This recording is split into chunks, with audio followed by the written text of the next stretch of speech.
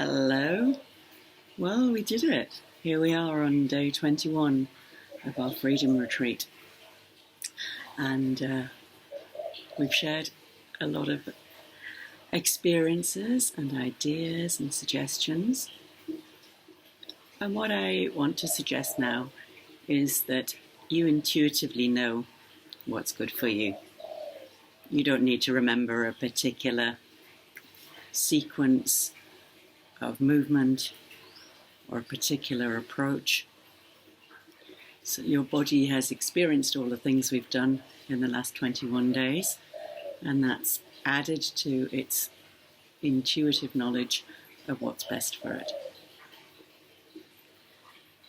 So just as a little reminder, we've looked at breathing techniques.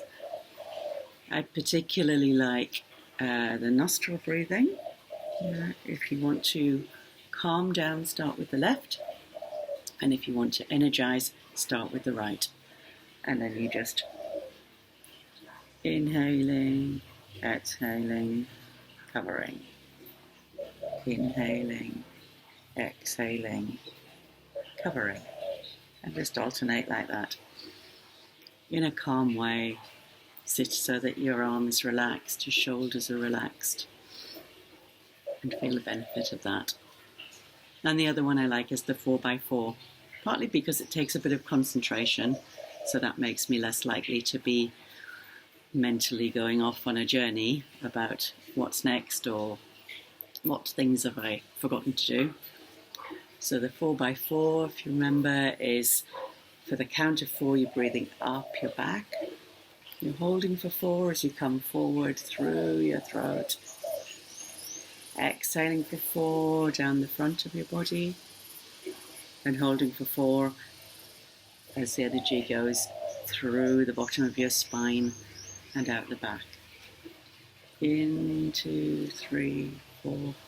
Hold, 2, 3, 4. Down, exhale, 2, 3, 4. Hold out, 2, 3, 4.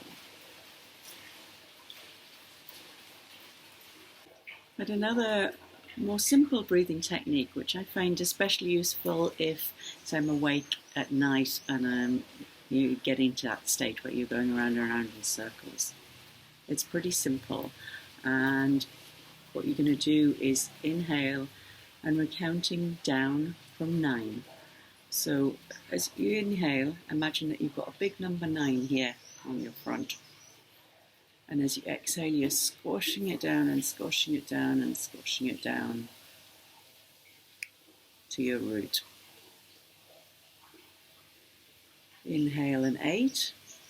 Exhale, squash it down, squash it down, squash it down to your root. Inhale 7. Squash it down, exhaling, exhaling, squash, squash, squash. Inhaling a 6, squash it down, squash it right down to your root. Inhale a big number 5, it's filling your body, and now you're squashing it down as you exhale, squash, squash, squash, squash, squash.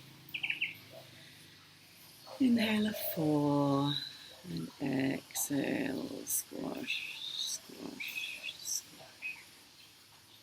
Inhale a big number 3, it's filling your whole body, and now you're squashing it down as you exhale down to your root.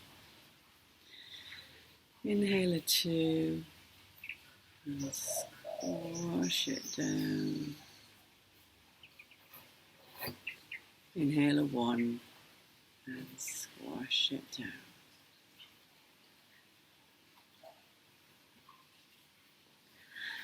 And what I find is that if, say, I'm down to number 6 and my mind starts wandering and I'm onto the shopping list or the to-do list of things I wish I hadn't done 5 years ago, then I lose track.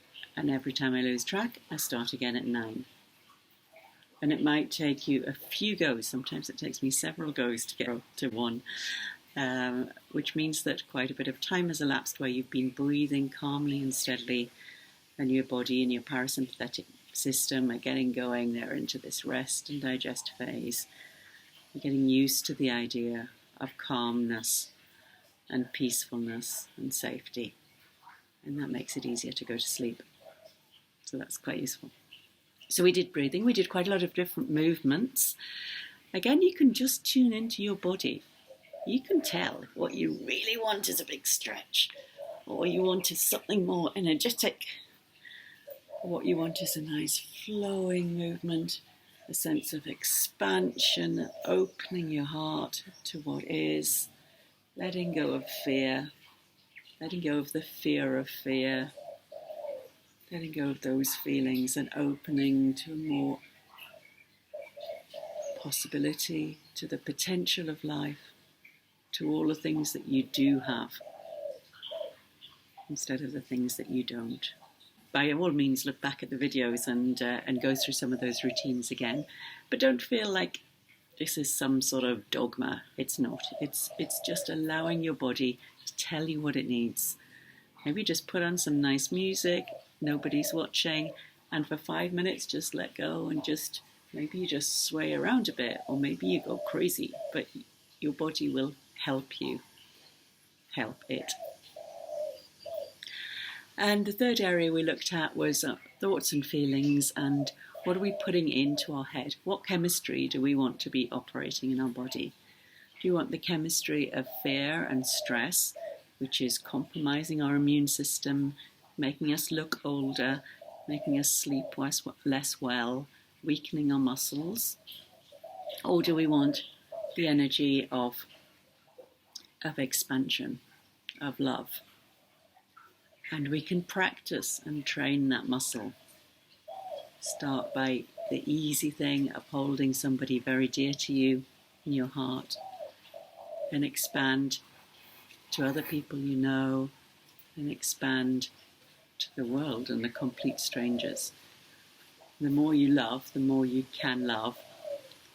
And of course, include yourself in that, because we just have to love ourselves. It sounds like a really kind of self-centered, egotistical thing, but it's actually just a fundamental starting point.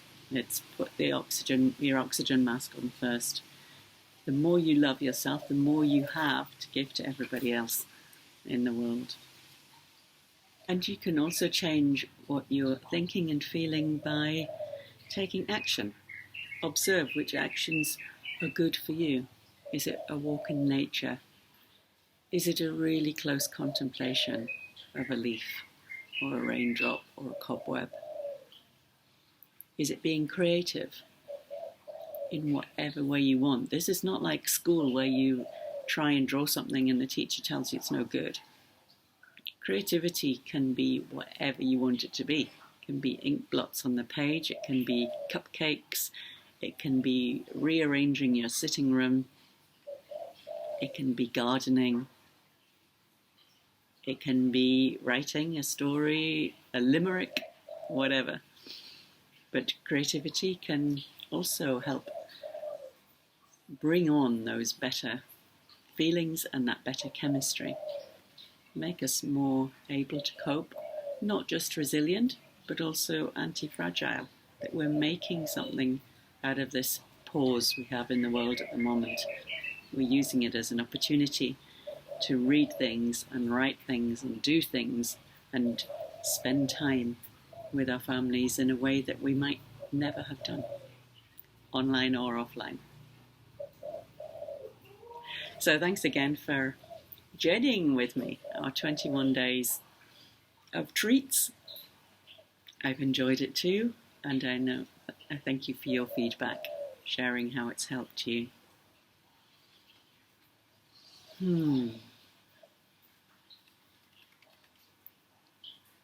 Namaste.